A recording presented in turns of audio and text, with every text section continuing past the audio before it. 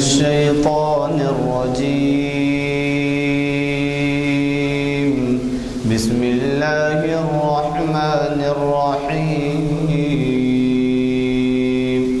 أفحسبتم أنما خلقناكم عبثا وأنكم إلينا لا ترجعون. فتعالى الله الملك الحق لا إله إلا هو رب العرش الكريم.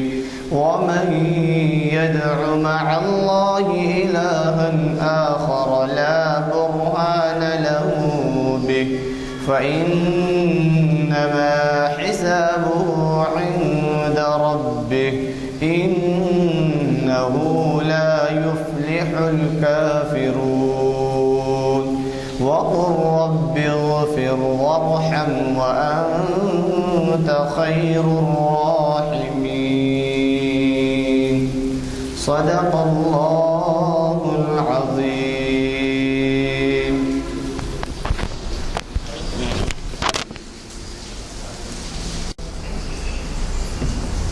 پہلے تو یہ کہ نیا سال آپ کو مبارک ہو. دوسرے یہ کہ آج ہمارے درمیان عالم دین حافظ محمد اسحاق کمال قادری صاحب تشریف فرما ہیں، اور جیسے کہ آپ واقف ہیں شریعت انفارمیشن سروس کی 774ویں نشست ہے.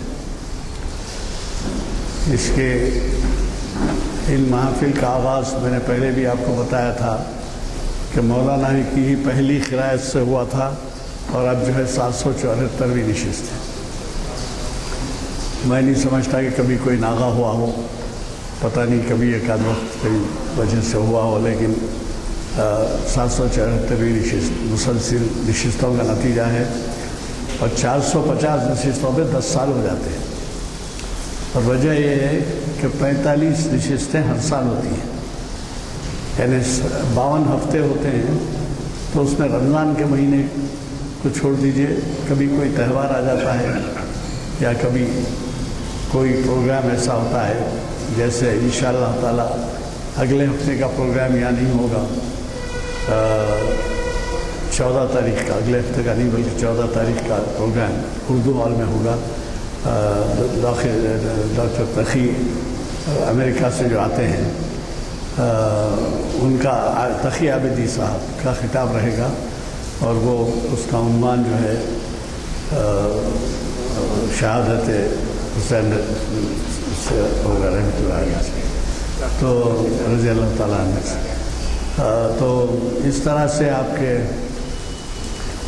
یہ محافل کا جو ہے تاریخ ہے. اور آج ہمارے درمیان جو مخرج صاحب ہیں وہ اور بہت ہی اہم عنوان سے مخاطبت کر رہے ہیں. ان کا عنوان ہے غلامی اور آزادی کا اسلامی تصور. اب آپ ہی اندازہ لگائیے کہ آج کے دور میں یہ کتنا اہم عنوان ہے، غلامی اور آزادی. اب یہ کئی ممالک تو غلام ہیں، کئی نیم غلام ہیں، کئی آزاد ہیں، کئی کچھ آزادی کا شکل لیے ہوئے ہیں لیکن غلامی کا طوق ہے ان کے جسم پر. تو اسی طریقے سے آج کی یہ بہت ہی اہم عنوان آج کا ہے جو مولانا نے ہمیں دیا ہے. آج کی یہ محفل جامع مسجد عالیہ گن فاؤنڈری کے کانفرنس ہال میں بعد نماز عصر منعقد ہو رہی ہے، اور یہ جو ہے ویب سائٹ پر بھی ساری دنیا میں دیکھی جاتی ہے. ہمیں خوشی ہے کہ ہمارے مخرج صاحبان نے ہمیں ایسی اپنے تعاون سے ان کا سلسلہ جاری رکھنے کا موقع دیا. آپ حضرات سے گزارش ہے کہ جب تبلیغ میں آپ ہم نہیں جا سکتے تو کم از کم اعلامیہ لیتے جائیں اور تبلیغ کا ذریعہ بن جائیں. مساجد میں دیں، احباب میں دیں، اڑوس پڑوس میں دیں، اور پھر ان سے چسپاں ہونے کے بارے میں خیال رکھیں، کیونکہ اردو ہمارے بچوں کو بہت سے نہیں آتی تو انگلش میں بھی چھاپا جاتا ہے. اردو اور انگلش لگائیے. تو میں اب زیادہ وقت نہیں لیے بغیر ہمارے آج کے مقرر محترم جناب حافظ محمد اسحاق کمال قادری صاحب سے گزارش کرتا ہوں کہ وہ شہ نشین پر تشریف لائیں اور ہمیں اپنے خطاب سے نوازیں. جزاک اللہ برکاتہ. اعوذ باللہ السمیع العلیم من الشیطان الرجیم بسم اللہ الرحمن الرحیم الحمد للہ رب العالمین الرحمن الرحیم مالک یوم الدین والصلاة والسلام علی سیدنا محمد وآلہ وصحبہ اجمعین ومن تبعهم بإحسان إلى يوم الدين وبعث لكافة الناس رحمة للعالمين. ہر قسم کی تعریف کے لائق اللہ ہی کی ذات ہے جو تمام دنیاؤں کا پالنہار ہے، جو بہت ہی مہربان نہایت رحم فرمانے والا ہے، جو بدلے کے دن کا مالک ہے، جو آقاؤں کا آقا ہے، بادشاہوں کا بادشاہ ہے، شہنشاہوں کا شہنشاہ ہے، جس کی بادشاہت تن تنہا ازل سے ہے، ابد تک رہے گی. مشرق مغرب شمال جنوب زمین و آسمان، ہر ذرہ جس کی بادشاہت اور شہنشاہیت کے تحت کارکرد ہے، کام کر رہا ہے. ایسے بے مثال پروردگار کے اس کی شایع نشان درود اور سلام ہو اس کے آخری نبی اور رسول حضرت محمد مصطفیٰ صلی اللہ علیہ وسلم پر، آپ پر، آپ کی ازواج پر، آپ کی اولاد پر، آپ کے اصحاب پر، آپ کی صحابیات پر، اور آپ کے ان تمام امتیوں پر جو آپ کے بتائے ہوئے راستے پر چل رہے ہیں اور قیامت تک چلتے رہیں گے. حمد و ثنا کے بعد آج شریعت انفارمیشن سروس کا 774واں لیکچر بعنوان غلامی اور آزادی کا اسلامی تصور بتاریخ 2 سپٹمبر 2019 مطابق 2 محرم الحرام 1441 ہجری بروز پیر بمقام کانفرنس ہال مسجد عالیہ سانچہ توپ گن فاؤنڈری حیدرآباد تلنگانہ بوقت بعد نماز عصر. اللہ تعالیٰ کا ارشاد ہے، یا ایہا الناس انا خلقناکم من ذکر وانثی وجعلناکم شعوبا وقبائل لتعارفوا ان اکرمکم عند اللہ اتقاکم ان اللہ علیم خبیر. اور نبی مکرم صلی اللہ علیہ وسلم نے فرمایا، یا ایہا الناس الا ان ربکم واحد وان اباکم واحد الا لا فضل لعربی على عجمی ولا لعجمی على عربی ولا لأحمر على اسود ولا لأسود على احمر الا بالتقوی. یہ مسند احمد کی حدیث ہے، اور جو آیت ابھی آپ کے سامنے تلاوت کی یہ 26ویں پارے کی سورۃ الحجرات کے پہلے رکوع کی آیت ہے. آیت کا ترجمہ، حدیث شریف کا ترجمہ، پھر ان کی روشنی میں آپ کے سامنے آج جو عنوان ہے، آج کا جو عنوان ہے اس پر کچھ تفصیلی بات. آیت کا ترجمہ ہے، اللہ پوری انسانیت سے مخاطب ہے.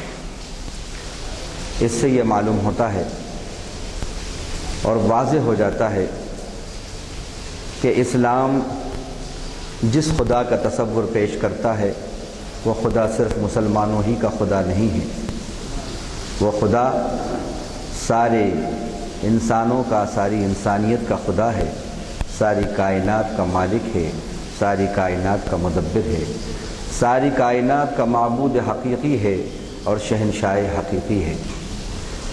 ارشاد باری ہے، یا ایھا الناس، اے لوگو، انا خلقناکم من ذکر و انثی، بے شک ہم نے تم کو ایک مرد اور ایک عورت سے پیدا کیا. وَجَعَلْنَاكُمْ شُعُوبًا وَقَبَائِلَ لِتَعَارَفُوا، اور ہم نے تم کو قوموں اور قبیلوں کے اندر بنایا تاکہ تم ایک دوسرے کا تعارف حاصل کرو، انٹروڈکشن دے سکو اور لے سکو. ان اکرمکم عند اللہ اتقاکم، بے شک تم میں سب سے زیادہ معزز، موسٹ ریسپیکٹڈ وہ ہے جو سب سے زیادہ تم میں اللہ کا لحاظ کرنے والا ہے، اللہ سے ڈرنے والا ہے. ان اللہ علیم خبیر، بے شک اللہ خوب علم رکھتا ہے، علم والا ہے اور خوب باخبر ہے.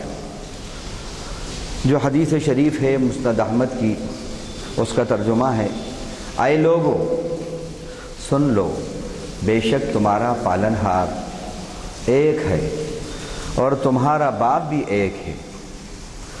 جان لو کسی عرب کے رہنے والے عربی کو کسی عجم کے رہنے والے عجمی پر کوئی فوقیت نہیں ہے، اور نہ کسی عجمی کو عربی پر کوئی سپیریٹی فوقیت ہے، اور نہ کسی سرخ کو کالے پر اور نہ کالے کو سرخ پر. مراد سفید گورے کو کالے پر، کالے کو گورے پر. اگر کوئی چیز ہے جس سے کہ فضیلت اور فوقیت حاصل ہو سکتی ہے اللہ کی نظر میں، اس کے رسول کی نظر میں، تو وہ تقویٰ ہے، پرہیزگاری ہے، اللہ کا لحاظ ہے، اللہ کی نافرمانیوں سے بچنے والی زندگی ہے. اس آیت اور اس حدیث کی روشنی میں اب جب ہم مطالعہ کرتے ہیں غلامی اور آزادی کا، تو ہم یہ دیکھتے ہیں کہ دیگر مذاہب میں جو غلامی کا تصور اور جو غلاموں کے ساتھ برتاؤ تھا، اس کو تاریخ نے ریکارڈ کیا ہے. اسلام جب اس دنیا کے اندر آیا، اس وقت عربوں کے یہاں کیا حال تھا، غلاموں کا کیا تصور تھا. باقاعدہ غلاموں کے بازار ہوتے تھے، بانیوں کے بازار ہوتے تھے. یورپ کے اندر غلاموں کے بازار ہوتے تھے، بانیوں کے بازار ہوتے تھے. گویا کہ یہ انسان جس کو کہ انسان نے غلام بنا لیا تھا، انسان نے انسان کو غلام بنا لیا تھا، گویا کہ اس کی حیثیت ایک اشیاء خرید و فروخت کی ہو گئی تھی. دنیا نے ایک انسان کو ایک خرید و فروخت کی شے بنا دیا تھا. اور یورپ کا یہ حال تھا، جیسا کہ ایک مشہور مورخ ہے سی پی اسکاٹ، وہ اپنی ضخیم اور معلومات سے بھری ہوئی کتاب history of Moorish empire in Europe, اس کے اندر وہ لکھتا ہے کہ یورپ کے اندر غلاموں کے نہ صرف یہ کہ بازار لگتے تھے، بلکہ ان کی کئی کیٹیگریز تھیں، اور عام طور پر 2 کیٹیگریز میں ان کو تقسیم کر دیا تھا. ایک اعلیٰ غلام، ایک اسفل ادنا غلام. اعلیٰ غلام جو ہوتا تھا وہ صرف جو جاگیردار ہیں، جو نواب ہیں، جو وی آئی پیز ہیں، وہ ان کے یہاں رہتا تھا، ان کی ماتحتی میں رہتا تھا. اور جو یہ بیچارہ ادنا غلام ہے، اس کی حیثیت جیسے جانوروں کی حیثیت ہوتی ہے، بس وہ حیثیت اس کی ہوتی تھی. اس کی رہائش جانوروں کے رہنے کی جگہ جہاں ہوتی تھی وہیں اس کی رہائش ہوتی تھی۔ کھیتی کا کام، بیگاری کا کام اور یہ چھوٹے چھوٹے محنت اور مشقت کے کام، یہ سب اس سے لیے جاتے تھے۔ اور اس کے گلے کے اندر ایک ٹیگ یا قلادہ کہیں وہ ڈلا ہوتا تھا، اور اس پر لکھا ہوتا تھا یہ فلاں شخص کا غلام ہے، فلاں شخص کا غلام ہے۔ اور اس کی یہ حیثیت تھی کہ وہ اپنی مرضی سے نہ شادی کر سکتا تھا، وہ اپنی مرضی سے کچھ خرید و فروخت بھی نہیں کر سکتا تھا، کہیں کوئی جائیداد نہیں خرید سکتا تھا، کوئی گھر نہیں بنا سکتا تھا۔ یہ حال تھا یورپ میں غلامی کا۔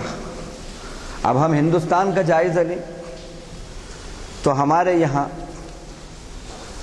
غلامی کا یہ حال تھا کہ یہاں بھی غلاموں کو کاشتکاری کے لیے استعمال کرنا، جنگوں میں ان کا استعمال کرنا، اور جو گھٹیا اور پرمشقت کام ہیں ان میں ان کا استعمال کرنا، اور ان کا داخلہ شرفاء میں ممنوع، بڑے لوگوں میں آ نہیں سکتے تھے، بیٹھ نہیں سکتے تھے، وہ اپنی اوقات پہ رہیں۔ اور اس کا ثبوت ہمیں منو اسمرتی کے اندر ملتا ہے کہ ورن ویوستھا کلاس سسٹم جو انہوں نے کیا ہے اس میں انہوں نے 4 مرحلوں کے اندر یا 4 اسٹیجز کے اندر یا 4 کلاسز کے اندر انسانوں کو بانٹا ہے۔ پہلا کلاس جو تھا، جو بڑا سپیریئر کلاس کہا جاتا تھا، سمجھا جاتا تھا، وہ برہمن کا تھا۔ سیکنڈ کلاس جو تھا وہ چھتری کا تھا یا شتری کا تھا۔ تھرڈ کلاس کے جو غلام تھے وہ شودر تھے، اور فورتھ کیٹیگری میں جو غلام سب سے ادنا جن کا درجہ تھا غلامی میں وہ شودر تھے، جن کو آج دلت، آدیواسی وغیرہ کہتے ہیں۔ اور پھر یہی نہیں کہ ان کے یہ 4 تقسیمیں کری، یہ کلاسیفیکیشن اس طرح کیا، بلکہ ایسا ایک فلسفہ گھڑا اور ایسا ان کا مزاج بنایا کہ جس کا جو مقام ہے منو اسمرتی نے دیا ہے یا برہمن نے دیا ہے، وہ وہی کام کرے گا تو اس کے پاپوں کے پراشچت ہوں گے، پاپ دھلیں گے۔ اور اگر اس نے کوئی اور کام کیا تو اس کے لیے یہ ٹھیک نہیں ہے، یہ گناہ کی بات ہے۔ اور پھر یہ کہا گیا کہ برہمن جو ہے یہ برہما کے سر سے پیدا ہوا ہے، اور سر کا مقام بدن کے اندر سب سے بلند ہے۔ دیکھیے فلسفہ، دیکھیے کیسا ہے، کیسی غلامی میں جکڑ کے رکھا تھا۔ برہمن جو ہے برہما کے سر سے پیدا ہوا ہے، اور سر کا مقام سب سے بلند ہے، اس لیے اس کا مقام سوسائٹی میں بھی سب سے بلند رہے گا۔ اس کے لیے ہر شے پر سپیریئرٹی ہے، اس کو سپیریئرٹی حاصل ہوگی۔ اگر وہ تینوں کاسٹ والوں کی ماں اور بیٹیوں کو دیکھ لے، ٹیسٹ بھی کر لے، تو اس پر کوئی گرفت نہیں ہے۔ لیکن اگر اس کے مقابلے میں دیگر 3 طبقے جو ہیں ان میں سے اگر کسی نے دیکھ لیا یا ٹچ کر لیا تو سیسا پگھلا کے آنکھوں میں ڈال دو، لوہے کی گرم سلاخوں سے اس کی آنکھیں پھوڑ دو، اس کا عزب تناسل کاٹ دو۔ یہ معاملہ تھا۔ اب یہ دوسرا جو گروہ ہے شتری کا، یہ کہا گیا کہ برہما کے مسل سے پیدا ہوا، اور مسل کا مقصد مسل پاور، طاقت کا سمبل، پاور کا سمبل۔ اس کا کام کیا ہے؟ اس کا کام ڈیفینس منسٹری ہے. یہ برہمن کی اور جو دو نیچے جو طبقے ہیں ان کی یہ حفاظت کرے گا، تحفظ کرے گا اور انہیں پروٹیکشن دے گا. اسی میں اس کے پاپوں کا پراشچت ہوگا. یہ چھوڑ کر کوئی اور کام کرے گا تو شراپ ہوگا اس پر. تیسرا طبقہ وہ جو کہ برہما کی ران سے پیدا ہوا، کلو مل للو مل. اس کا کام کیا ہے؟ تجارت اور جتنے پیشے ہیں وہ اس کا کام ہے. یہ کمائے گا، کما کے کھلائے گا برہمن صاحب کو بھی، شتری صاحب کو بھی. اور چوتھا طبقہ جو ہے جو بالکل ادنا ہے، اس لیے وہ ادنا ہے، سب سے کمتر ہے، چونکہ وہ برہما کے پیروں سے پیدا ہوا ہے، شودر ہے. اور پیروں کا مقام سب سے نیچے ہوتا ہے، اس لیے اس کا مقام بھی سوسائٹی میں سب سے کمتر ہے. اب مجھے بتائیے، اگر کمتر ہے کسی چیز کا مقام اور پیروں کا مقام سب سے کمتر ہے، تو پھر پیروں کو کاٹ کر برہمن صاحب کیوں نہیں پھرتے؟ کیونکہ پیر تو سب سے کمتر درجے کی چیز ہے. پھر لنگڑے ہو کر اور بغیر پیروں کے کیوں نہیں پھرتے؟ ایک جگہ کیوں نہیں بیٹھ جاتے؟ ایسے فلسفوں میں، فلسفوں کے جنجال میں الجھایا برہمنوں نے کہ ذہنی غلام بنا کے رکھ دیا، ذہنی غلام. اور آج بھی 12% یا 15% یہ برہمن جو طبقہ ہے یہ پورے ہندوستان کو اپنی مٹھی میں کیا ہوا ہے. آج بھی شبد جنجال سے سب کو پھانسے ہوئے ہیں.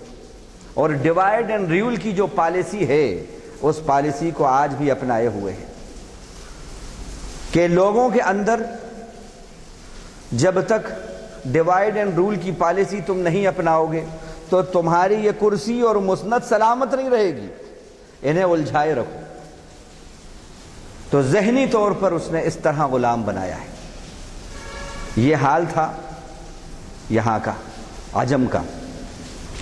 عربوں کا حال یہ تھا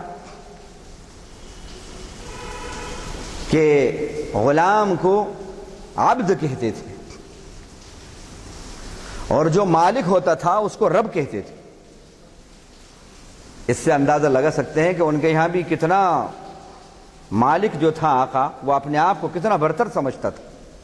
اب اسلام کا سنیے، اسلام نے جو تصور دیا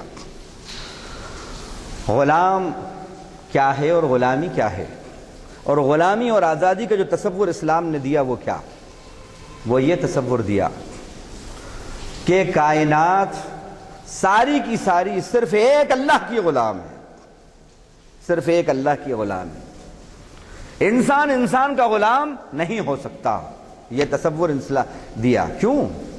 اس لیے کہ انسان انسان پر کوئی اس کو سپیریٹی حاصل نہیں ہے. وہی آقا ہو سکتا ہے انسان کا، وہی مالک ہو سکتا ہے انسان کا جو اس کا کریٹر ہے، جو اس کا سسٹینر ہے، جو اس کا مدبر ہے، جو اس کا خالق ہے، جو اس کا رازق ہے، وہی ہو سکتا ہے. اور یہ بات بالکل درست ہے. تو اسلام نے یہ تصور دیا کہ غلامی کے لائق اگر کوئی ذات ہے تو صرف اللہ کی. اور پھر یہ تصور بھی کیسا تصور؟ یہ غلامی کیسی غلامی؟ ایسی غلامی نہیں کہ جیسے انسان کو کسی انسان پر برتری حاصل ہوتی ہے اور ایک انسان کا غلام ہوتا ہے. اب آقا کا جو عقیدہ ہے اسی کو ماننا ہے، آقا کا جو فلسفہ فلسفی ہے اسی کو ماننا ہے، جو اس کی جاں اور بیجا باتیں ہیں سب اسی میں ہاں میں ہاں ملانا ہے. نہیں. اور اس کو کوئی مقام اور مرتبہ حاصل نہیں ہے. وہ اپنی زندگی کے اندر آزاد نہیں ہے. ایسا تصور نہیں ہے. رب اور عبد کی غلامی میں، اللہ اور بندے کی غلامی کا یہ تصور اسلام نے نہیں دیا. بلکہ کیسا تصور ہے؟ ایسا تصور جیسا کہ اولاد ماں باپ کی غلامی میں رہتے ہیں۔ یقیناً جو اولاد ہے وہ ایک طرح سے ماں باپ کی غلامی میں ہی تو رہتی ہے نا، اور یہ غلامی ایسی غلامی ہے جس پر اولاد فخر کرتی ہے، اولاد فخر کرتی ہے۔ یہ غلامی غلامی نہیں ہوتی، یہ جو رشتہ ہوتا ہے اولاد کا اور باپ کا، ماں باپ کا، یہ رشتہ بظاہر تو ہے غلام اولاد، لیکن اس غلامی کے اندر محبت ہے، ہمدردی ہے۔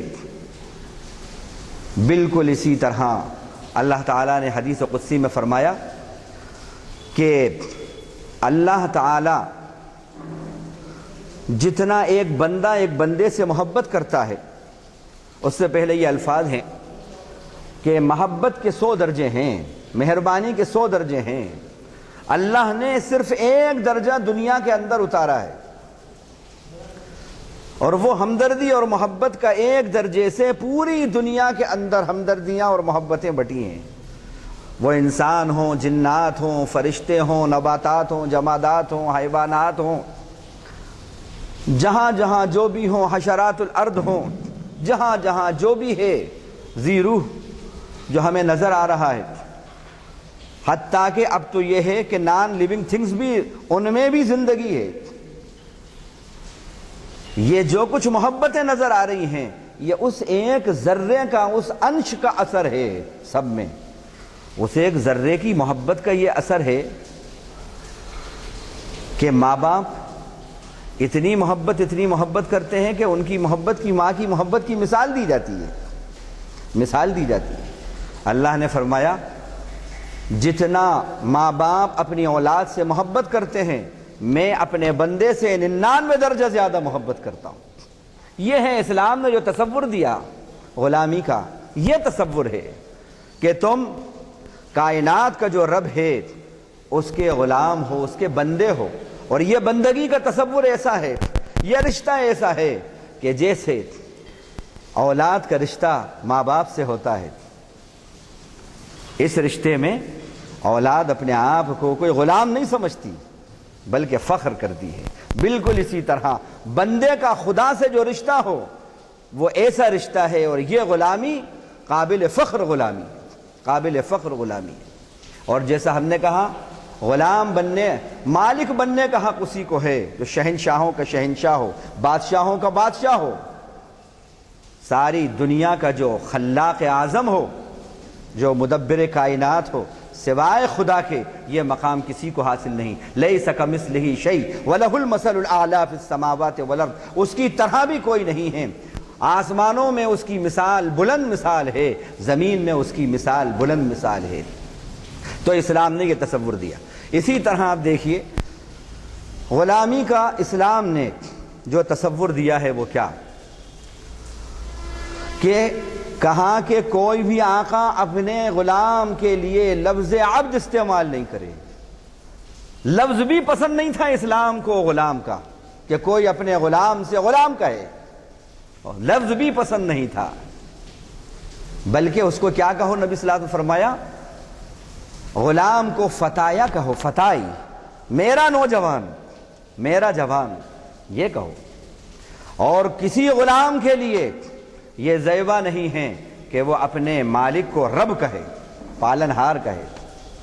اگر اس کو کچھ کہنا ہے تو وہ مولا کہہ سکتا ہے، سید کہہ سکتا ہے، بس اس سے زیادہ وہ لفظ جو رب کے لیے بولا جاتا ہے وہ نہیں، جو بندے کے لیے عبد بولا جاتا ہے وہ نہیں کہا جائے گا۔ تو گویا اسلام تو وہ مذہب ہے جس کو غلامی کا لفظ بھی پسند نہیں تھا، لفظ بھی پسند نہیں تھا۔ حضرت ابو ذر غفاری رضی اللہ عنہ کو دیکھا کہ وہ سواری پہ سوار ہیں اور بہترین جوڑا پہنے ہیں، اور بالکل سیم ویسا ہی جوڑا اپنے غلام کو بھی پہنائے ہوئے ہیں، اور غلام بالکل ساتھ بیٹھا ہے ان کے سواری پہ۔ تو کسی نے کہا یہ کون ہیں؟ انہوں نے کہا یہ جوان ہے، میرا جوان ہے۔ معلوم ہوا یہ ان کا غلام تھا۔ کہا کہ جیسا آپ لباس پہنے ہیں، آپ کا لباس اس کا لباس سیم ہے، کوئی ڈفرینس نہیں ہے۔ انہوں نے اللہ کے نبی صلی اللہ علیہ وسلم کا یہ قول بتایا، میرے نبی نے یہ فرمایا ہے اللہ نے تمہیں ان غلاموں کو ماتحتی میں تمہارے دیا ہے، تمہاری ماتحتی میں دیا ہے، یہ تمہارے ماتحت ہیں، یہ تمہارے بھائی ہیں، تمہارے بھائی ہیں۔ فَلْيُطْعِمْهُ مِمَّا يَأْكُلْ وَلْيُلْبِسْهُ مِمَّا يَلْبَسْ وَلَا تُكَلِّفُوهُمْ مَا يَغْلِبُهُمْ فَإِنْ كَلَّفْتُمُوهُمْ مَا يَغْلِبُهُمْ فَأَعِينُوهُ۔ بخاری شریف کی یہ حدیث ہے، حدیث نمبر 2545، کہ تمہارے غلام تمہارے بھائی ہیں، جو تم کھاؤ وہ انہیں کھلاؤ، جو تم پہنو وہ انہیں پہناؤ، اور ان کے اوپر کوئی ایسا بوجھ بھی مت ڈالو ذمہ داری کا، مشقت کا، ایسی سخت محنت بھی ان سے مت لو، ایسا کام بھی انہیں مت بتاؤ جو ان کی طاقت سے زیادہ ہو۔ اگر کوئی ایسی مشقت والا کام بھی تم انہیں دو تو پھر ان کی ہیلپ کرو، تم خود بھی ساتھ شامل ہو جاؤ۔ سبحان اللہ، یہ تصور ہے۔ حضرت عبداللہ ابن مسعود رضی اللہ عنہ جو ہیں، وہ اپنے غلام کو مار رہے ہیں، چھڑی ہاتھ میں ہے، چھڑی سے مار رہے ہیں۔ اللہ کے نبی صلی اللہ علیہ وسلم جو ہیں وہ پیچھے آئے، پیچھے سے آواز آتی ہے، پیچھے سے آواز آتی ہے، کیا آواز آتی ہے؟ یا ابا مسعود، یا ابا مسعود، یا ابا مسعود، 3 بار۔ پلٹ کے دیکھتے ہیں اللہ کے نبی صلی اللہ علیہ وسلم ہیں۔ پھر آپ نے فرمایا یا ابا مسعود، اے ابو مسعود، ان اللہ اقدر علیک منک علی ھذا الغلام، اے ابو مسعود، جتنا تو اس غلام کو سزا دینے پر قادر ہے اس سے کہیں زیادہ اللہ تجھ کو سزا دینے پر قادر ہے۔ ہو یہ لفظ کہنا تھا کہ حضرت عبداللہ ابن مسعود کے ہاتھ کانپنے لگے، ہاتھ سے چھڑی چھوٹ گئی، اور اسی وقت انہوں نے کہا اللہ کے نبی آپ گواہ رہیے، میں اس کو آزاد کرتا ہوں، میں اسی وقت اس کو آزاد کرتا ہوں۔ یہ تصور دیا اسلام نے۔ اسی طرح آپ دیکھیے، اسلام سے پہلے غلاموں کے بازار تھے، غلاموں کی باقاعدہ خرید و فروخت ہوتی تھی، لیکن کیا وجہ ہے کہ جیسے ہی سیدنا ابو بکر صدیق خلفائے راشدین کا دور آتا ہے تو بازار ختم ہو رہے ہیں؟ کیا وجہ ہے؟ بالکل خاتمہ۔ اب اس وقت کوئی آپ کو عرب کے اندر جہاں بھی اسلامی اگر حکومتیں ہیں وہاں آج کوئی غلاموں کا بازار نہیں ہے، کوئی بانیوں کا بازار نہیں ہے۔ کیوں؟ اس لیے کہ اسلام نے جو تصور، جو کانسیپٹ دیا ہے وہ اس طرح کہ غلامی کا خاتمہ ہو جائے۔ کفارے رکھے ہیں، فلاں گناہ ہوا، فلاں گناہ ہوا، جھوٹی قسم کھا لی، یا اس طرح ہوا، یا قتل، دھوکے سے کسی کا قتل ہو گیا، کفارے رکھے، اتنے غلام آزاد کرو، غلاموں کا کفارہ۔ جہاں کفارے میں بہت سی چیزیں رکھی ہیں وہاں پر غلاموں کے کفارے، یہ کفارے رکھے ہیں باقاعدہ۔ چنانچہ اور پھر اس پر بڑا ثواب، یہ کرو گے تو اتنا غلام آزاد کرنے کا ثواب، یہ کرو گے تو اتنا غلام آزاد کرنے کا ثواب۔ چنانچہ اس کا نتیجہ یہ ہوا کہ صحابہ کرام سے یہ ثابت ہے، اما جان حضرت عائشہ سے ثابت ہے، اور دیگر صحابہ کرام سے یہ بات ثابت ہے کہ ایک ایک وقت میں 80 100 غلام انہوں نے آزاد کرے ہیں۔ یہ تصور دیا۔ اسی طرح میں آپ کو ایک بتاؤں، حضرت ربعی بن عامر، اس سے خوب وضاحت آپ کے سامنے آئے گی کہ اسلام نے کیا تصور دیا ہے، کیا تصور دیا ہے۔ ربعی بن عامر جنگ قادسیہ میں حضرت سعد بن ابی وقاص رضی اللہ عنہ کی فوج میں ہیں، اور یہ جنگ ہوئی ہے رستم سے۔ حضرت سعد بن ابی وقاص یہ بڑے جلیل القدر صحابی ہیں، مستجاب الدعا صحابی ہیں۔ حضرت ربعی بن عامر رضی اللہ عنہ کو رستم کے پاس پہنچاتے ہیں۔ ربعی بن عامر رستم کے دربار میں پہنچتے ہیں۔ اب یہ رستم کا دربار جو ایران کا شہنشاہ تھا اور ایسا اس کا کروفر تھا کہ اپنے نام کے آگے لکھتا تھا زمینی خداؤں میں سب سے بڑا خدا ایران کا خدا رستم، یہ اپنے آپ کو کہلاتا تھا، بڑا کروفر۔ یہ اس کے دربار میں پہنچتے ہیں، ایک معمولی سواری ہے، خچر کی سواری ہے، تلوار ان کے نیام میں ہے، اور اس سواری پر بیٹھے ہیں، رکے نہیں ہیں، اندر چلے گئے۔ اب اندر داخل ہو رہے ہیں تو جو سپاہی تھے انہوں نے جرأت دیکھی،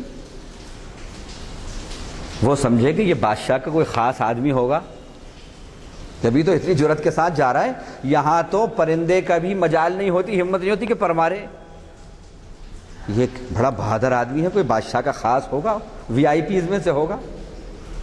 تو انہوں نے صرف اتنا کہا یہ تمہاری جو تلوار نیام میں ہے اس کو تو نیچے رکھ دو، بادشاہ کے پاس جا رہا ہوں۔ انہوں نے کہا میں اسی طرح جاؤں گا، میں بلایا ہوا آیا ہوں، خود سے نہیں آیا ہوں، جانے دیتے ہو تو ٹھیک ہے، نہیں تو واپس جاتا ہوں۔ ان کا اچھا جائیے۔ انہوں نے وہاں پر ایک پلر سے اپنے سواری کو باندھا اور سیدھا بادشاہ کے پاس۔ بادشاہ جب پوچھتا ہے کہ تم کون ہو، اب جو تصور دیا ہے انہوں نے، یہ دیکھیے، یہ ہے اسلام نے جو تصور، غلامی اور آزادی کا جو اسلام کا تصور ہے، اس اسپیچ کے اندر یہ مختصر سے چند لفظ ہیں، چند جملے ہیں، اس کے اندر یہ معلوم ہوتا ہے۔ انہوں نے کہا ہمارا تعارف پوچھتے ہو ہم کون ہیں، تو سنو، ابتعثنا اللہ، ہم اللہ کے بھیجے ہوئے ہیں، اللہ نے بھیجا ہے ہمیں۔ حالانکہ انہوں نے نہیں کہا تھا سعد بن ابی وقاص نے یا امیر المومنین نے نہیں کہا تھا، حضرت عمر نے خط بھیج کر یہ الفاظ بولنا بادشاہ کے سامنے جا کے۔ جو اللہ کے دین کا داعی مومن ہوتا ہے اور جس کے دل میں انسانیت کا درد اور ہمدردی ہوتی ہے، اور جو انسانوں کو انسانوں کی غلامی سے نکالنے کے لیے بے چین ہوتا ہے، وہ سیاسی غلامی ہو، وہ موروثی غلامی ہو، غلامیوں کی کئی قسمیں ہیں، جہالت کی غلامی ہو، 50 قسمیں ہیں غلامی کی۔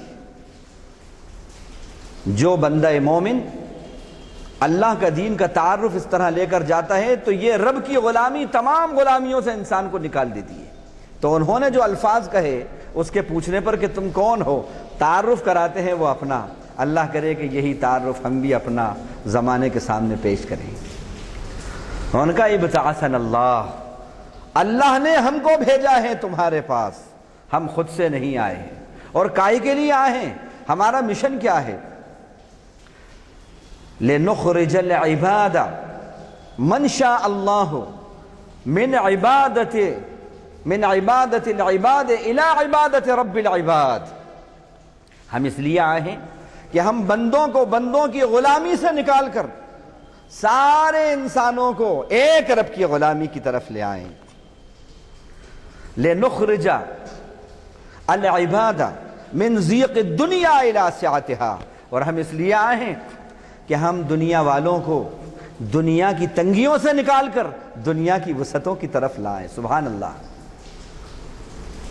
اور ہم اس لیے آئے ہیں لنخرج العباد من جور الادیان الى عدل الاسلام، اور ہم اس لیے آئے ہیں تمہارے پاس، یہ پیغام ہے ہمارے اسلام کا، ہمارے نبی کا، کہ جو تم مختلف ناموں سے دین کے نام پر جو ظلم کر رہے ہو، یہ جو ادیان کا ظلم ہے، اس ادیان کے ظلم سے نکال کر اسلام کے انصاف کی طرف ہم لے آئیں۔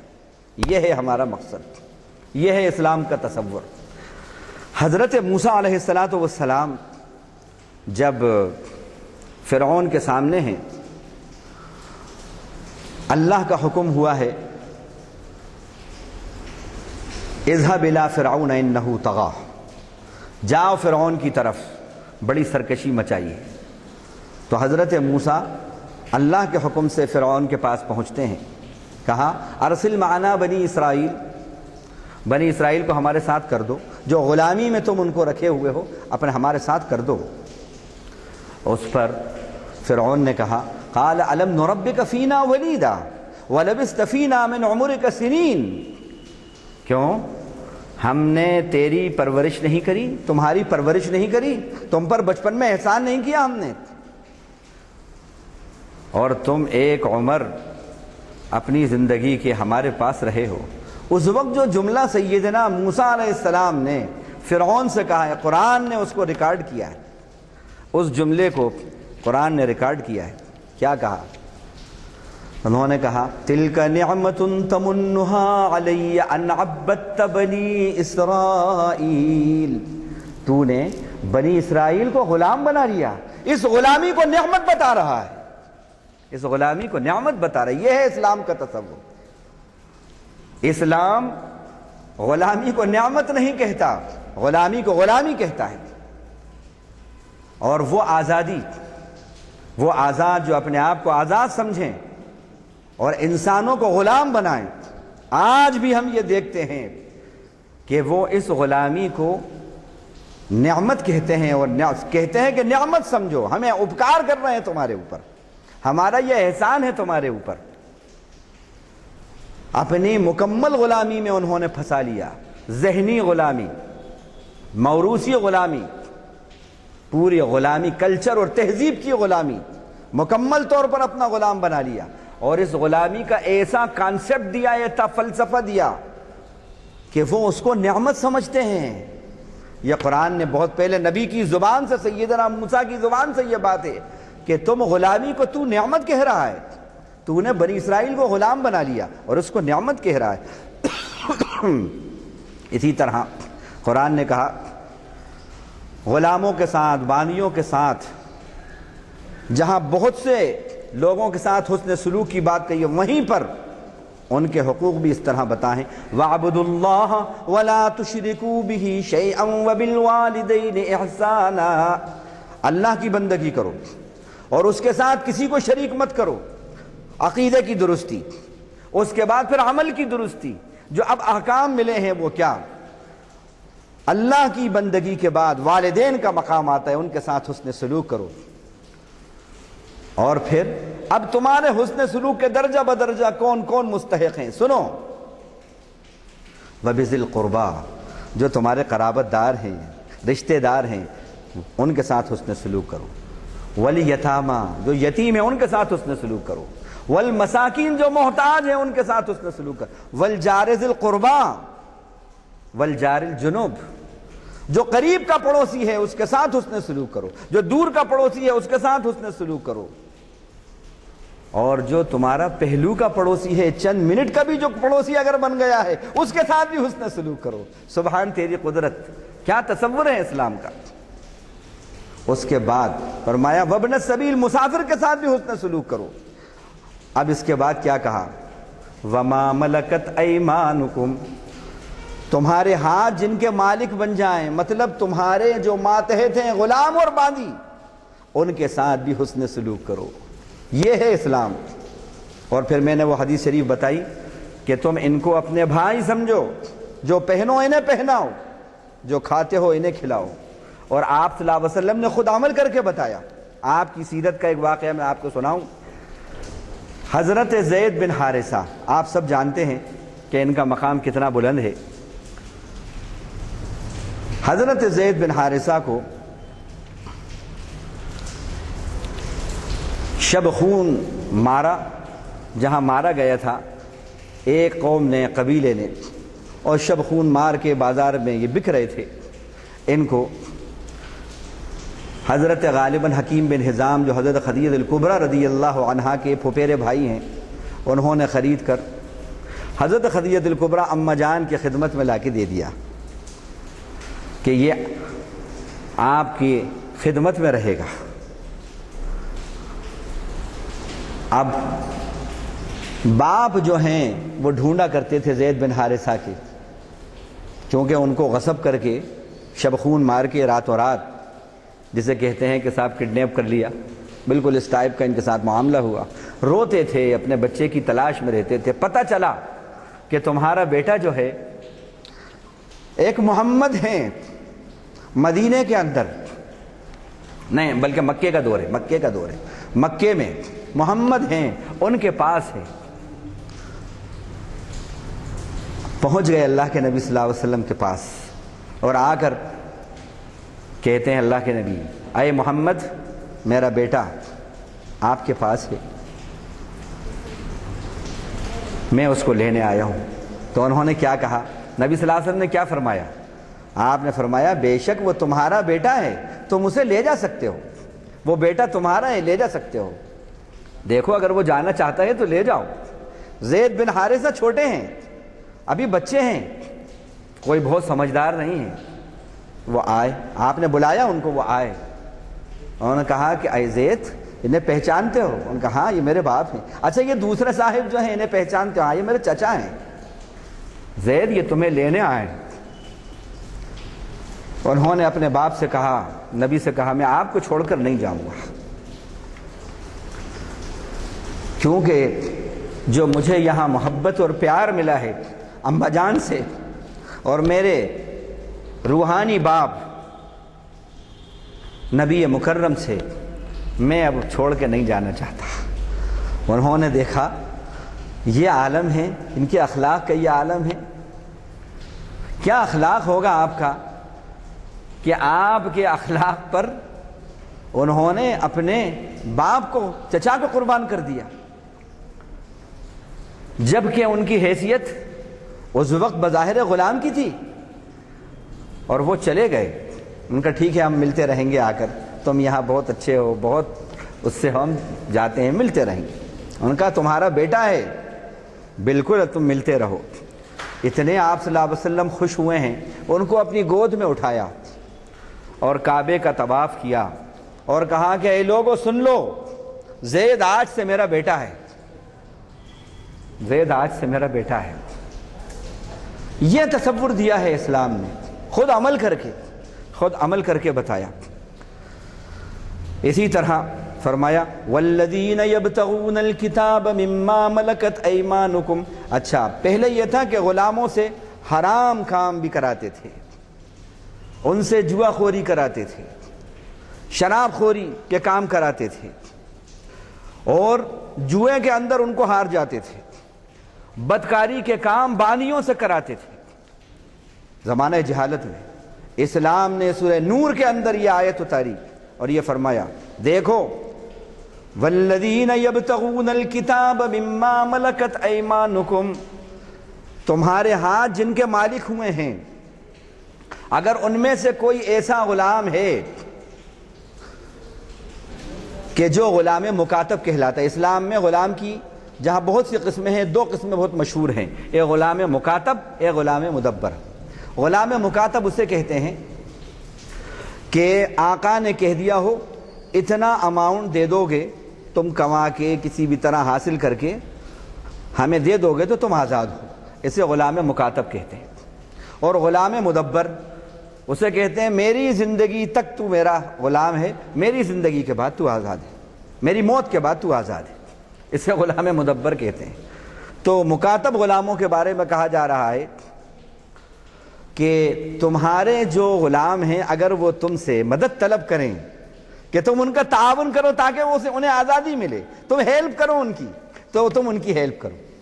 سبحان اللہ، ان کو غلامی سے نکالو، فکاتبوہم، مکاتب بناؤ ان کو، ان علمتم فیہم خیرا، اگر تم ان میں کوئی خیر جانو، وآتوہم من مال اللہ الذی آتاکم، اور اللہ کے اس مال میں سے ان کو دو جو اللہ نے تم کو دیا ہے، تمہارا ہے ہی نہیں وہ مال، وہ تو اللہ کا مال ہے۔ اب جو دوسری بات کہنا چاہ رہا ہوں وہ یہ وَلَا تُكْرِهُوا فَتَيَاتِكُمْ عَلَى الْبِغَاءِ إِنْ أَرَدْنَ تَحَصُّنًا لِتَبْتَغُوا عَرَضَ الْحَيَاةِ الدُّنْيَا، اور دیکھو جو تمہاری بانیاں ہیں خبردار ان کو بدکاری کے اوپر آمادہ نہیں کرنا، مجبور نہیں کرنا اگر وہ پاک دامن رہنا چاہتی ہے۔ یہ ہے اسلام، یہ ہے اسلام۔ اگر وہ پاک دامن رہنا چاہتی ہیں مجبور نہیں کرو ان کو بدکاری کے اوپر۔ یہ اسلام نے تصور دیا، اور غلام کو آزاد کرنا ایسا بتایا کہ گویا کہ کسی بڑی گھاٹی کو سر کر دیا ہے۔ اب 3 منٹ میں اپنی بات کو سمیٹ رہا ہوں۔ فرمایا فلقتحم العقبہ وما ادراک ما العقبہ، اور یہ گھاٹی کیا ہے تجھے کچھ خبر بھی ہے؟ فک رقبۃ، کسی غلام کو آزاد کر دینا یہ ایسا ہے جیسے بڑی گھاٹی طے کر دی، سر کر لی، جہاں پر کہا تعالوا الی کلمۃ سواء بیننا وبینکم، آؤ ایسی بات کی طرف جو ہم میں اور تم میں برابر ہے کہ ہم اور تم ایک اللہ کی بندگی کریں گے، اللہ نعبد الا اللہ، اللہ کے سوا ہم کسی کی غلامی قبول نہیں کریں گے، اللہ ہی کے ہم بندے رہیں گے، اس کی بندگی ہم قبول کریں، اور ولا نشرک بہ شیئا، اور کسی چیز کو بھی ہم اس کا شریک نہیں کریں گے۔ اور اس کے بعد پھر کیا فرمایا؟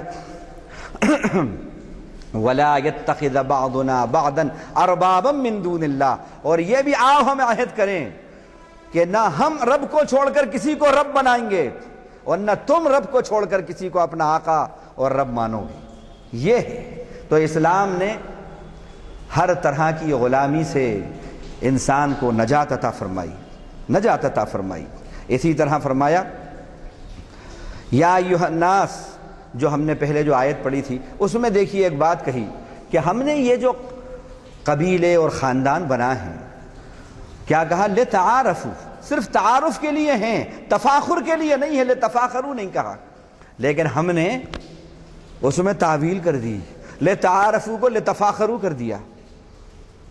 فلاں صاحب میں فلاں ہوں، میں فلاں ہوں، میرا شجرہ فلاں ہے، میرا شجرہ فلاں ہے، میرا شجرہ ان سے ملتا ہے، ہم نے تعویلات کر دی۔ قرآن نے کہا کہ نہیں، یہ قبیلے اور خاندان تعارف کے لیے ہیں۔ بھائی ایک محلے میں 3 عبداللہ رہتے ہیں، ایک مرزا عبداللہ، ایک سید عبداللہ، ایک شیخ عبداللہ۔ آدمی نے پوچھا صاحب یہاں عبداللہ صاحب کا گھر کہاں ہے؟ تو آپ نے کہا صاحب یہاں 3 عبداللہ صاحب ہیں، 3 عبداللہ۔ کون سے عبداللہ بھائی ہونا؟ مرزا عبداللہ، شیخ عبداللہ، سید عبداللہ۔ انہوں نے کہا نہیں سید عبداللہ، ہاں وہ ہے ان کا، بس اتنا کافی ہے، اس لیے ہیں۔ لیکن ہم نے تعارف کو جا کر تفاخر کر دیا، اور اسی پر قلعے تعمیر ہو رہے ہیں، سارے فرائض گول، ان کا نہیں بس میرا شجرہ فلاں سے ملتا ہے، جنت ریزرو۔ یہ برہمنزم نہیں تو کیا ہے؟ برہمنیت یہی تو ہے، یہ برہمنیت یہی تو ہے۔ اسلام نے اس کا خاتمہ کیا، اس کا خاتمہ کیا۔ وحدت آدم، وحدت آدم اور وحدت الہ، یہ تصور اسلام نے دیا کہ باپ بھی ایک ہے تمہارا، رب بھی ایک ہے تمہارا، یہی، اور مساوات دی، وننس آف گاڈ، یہ کانسیپٹ دیا، مساوات دی، وحدت الہ کا تصور دیا، وحدت آدم کا تصور دیا۔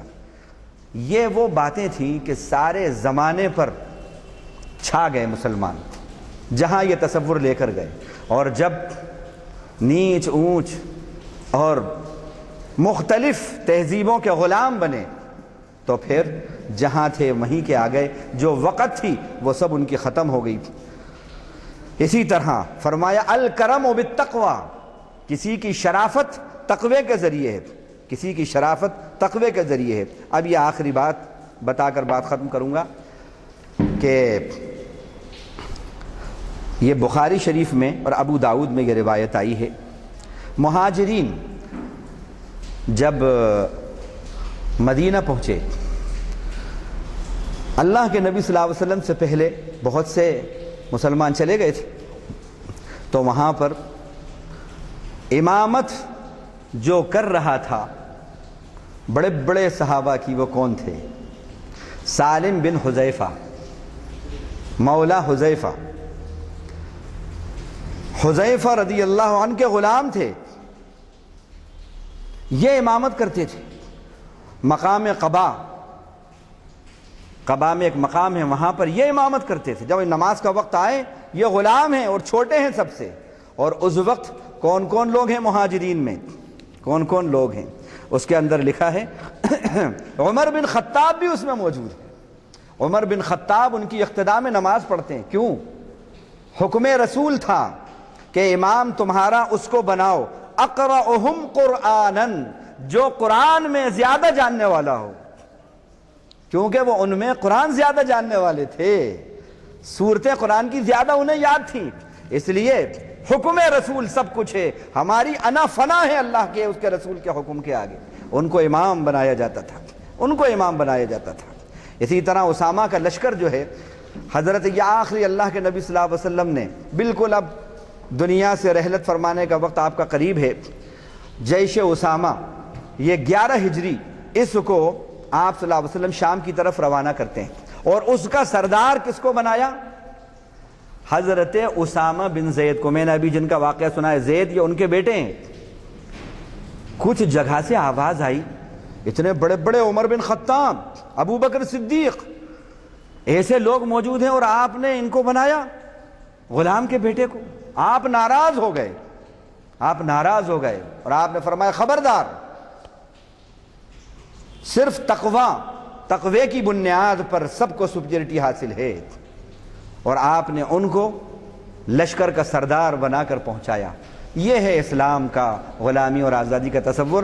باتیں ابھی بہت سی ہیں، لیکن چونکہ وقت ختم ہو گیا ہے، انشاءاللہ اللہ نے موقع دیا تو پھر آپ کو بتائیں گے۔ بس خلاصہ یہی ہے کہ اسلام نے بندے کو خدا کی کائنات کا جو رب اور مالک ہے اس کی غلامی کا تصور دیا ہے، اور کہا ہے اس کی غلامی میں آؤ تو دنیا کی ہر غلامی سے تمہیں نجات مل جائے گی اور ساری دنیا تمہاری غلام بن جائے گی۔ وآخر دعوانا الحمدللہ۔ بارش کے ہماری آج کی محفل منعقد کی جا سکی۔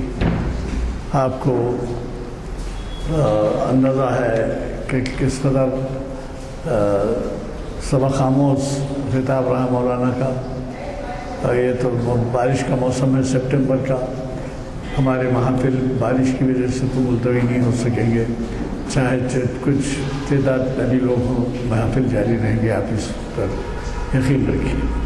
پھر میں نے آپ کو ایک اعلان وہ بھی سنایا تھا، ہفتے کے دن 14 تاریخ ہے، یعنی 14 کا جو ہفتہ ہے اس دن تقی عابدی صاحب کا خطاب،